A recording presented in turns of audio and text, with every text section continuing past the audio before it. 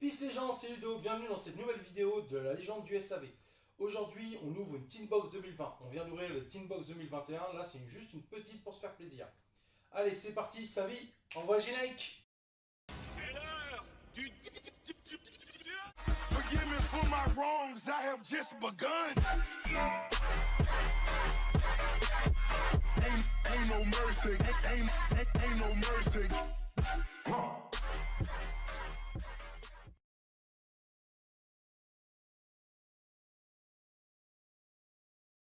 Donc, on va y aller. Alors.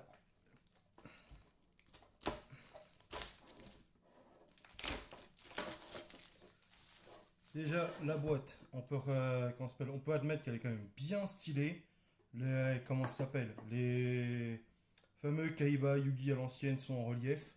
Moi, je trouve ça super sympa. J'adore les boîtes collector comme ça, etc. Ça fait toujours plaisir et c'est toujours pratique pour ranger le tout.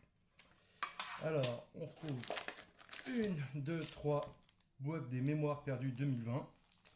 Donc, voyons voir un peu ce qu'on a de beau là-dedans. Alors, premier pack. Hop.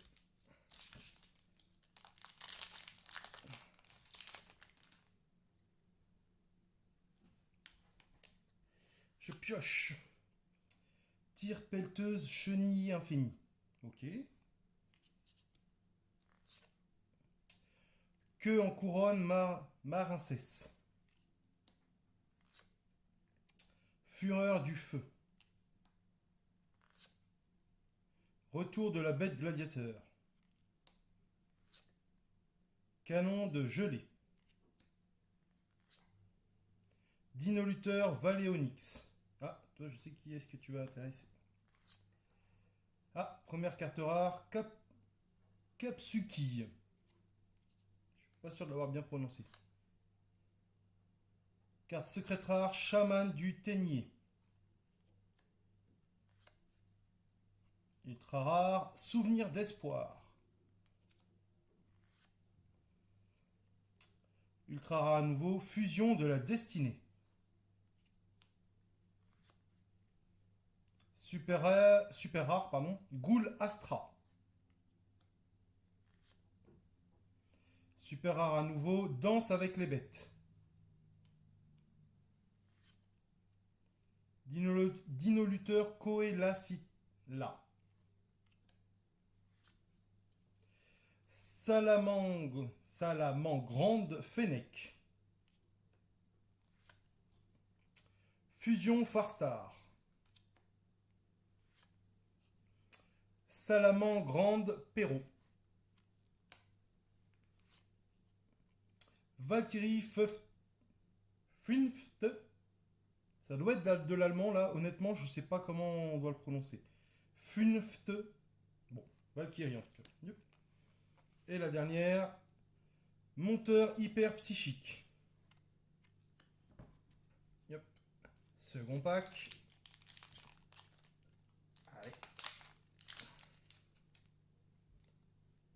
Je pioche. Défenseur du labyrinthe. Esprit Tenyi Nahata. Velpacius bête gladiateur. Emmêlement spirituel. Évasion des déchaînés. Jumelle déchaînée Raika. Ah, première rare, Gorgone impératrice de l'œil maléfique. Secrète rare, Assaut de l'air As Keina. Chérubini angébène des abysses ardentes en ultra rare.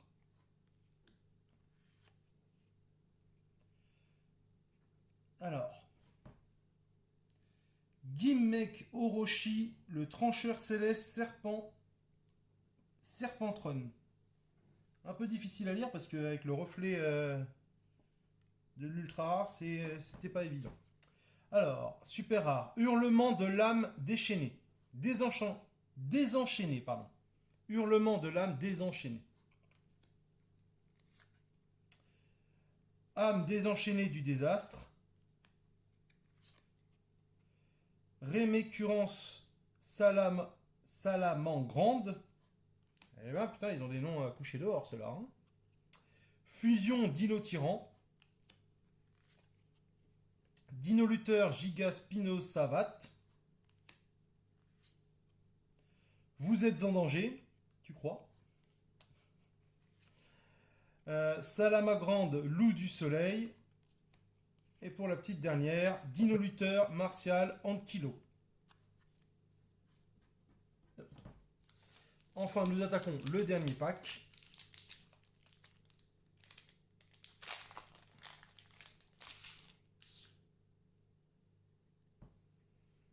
Roquette synchronique. Voilà. Bon. Trompé de sens, hein, ça peut arriver. Alors, on reprend. Dragon nébuleuse. Tire pelleteuse chenille infinie. Ah bah, ça fait 2 fois que je l'ai, celle-là déjà. Confrontation de l'œil maléfique. Nomachi de gladiateur. Le retour à la normale. Sagittari bête gladiateur. Premier rare, Empereur Majuga Garzette. Secret rare, Refaiseur des voleurs de temps. Ultra rare, Sortez de là. Et ultra rare à nouveau, œil de l'œuf. Pardon, excusez-moi. Éveil de l'œil maléfique.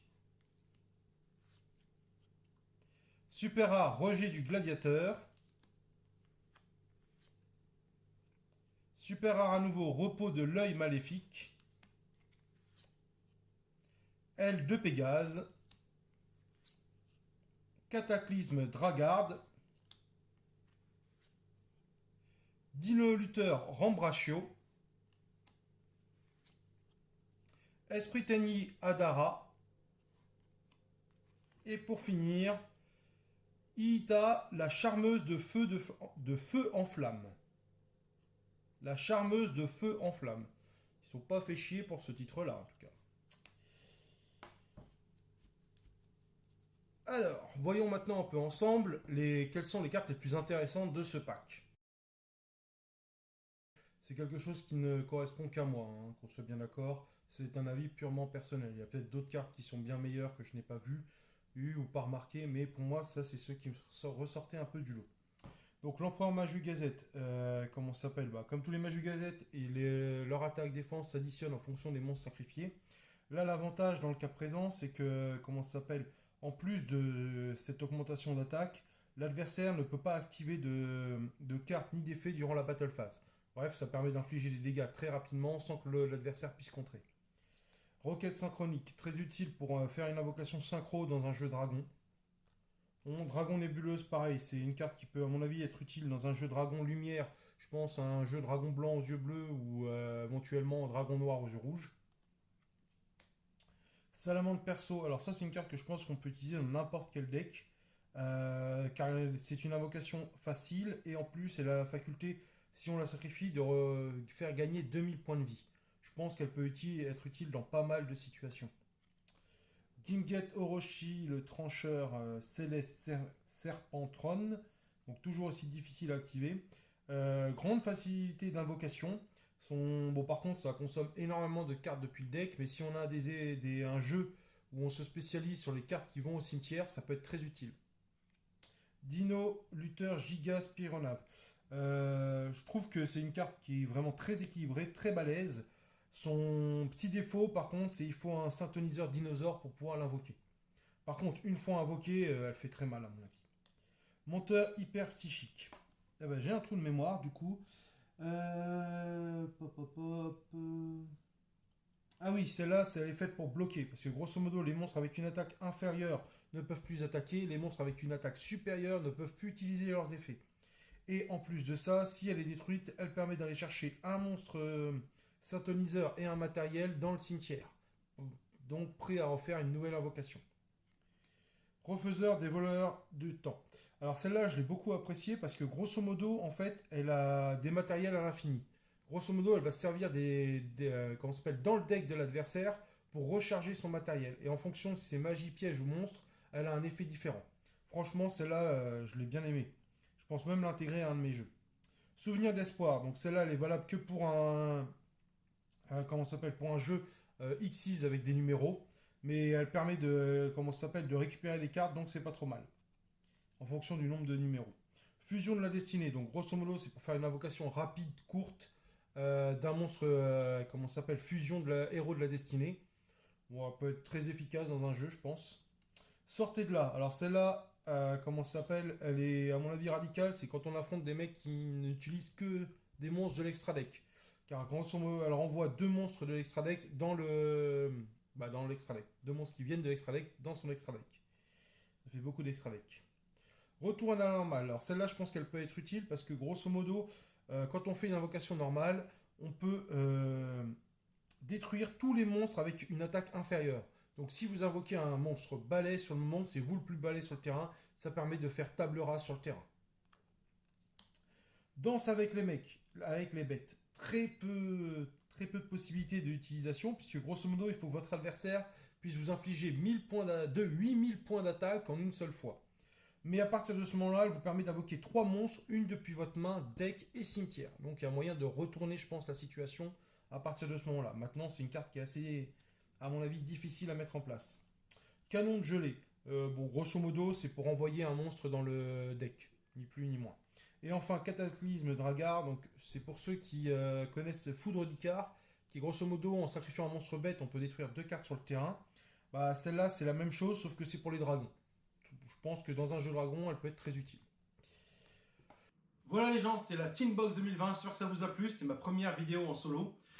Si vous avez kiffé, n'hésitez pas à mettre un petit pouce bleu, activer la cloche de notification et bien sûr à vous abonner, sinon le deuxième n'aurait aucun intérêt. Sur ces belles paroles, yippee et pauvre con, à bientôt! You feel fucking at me.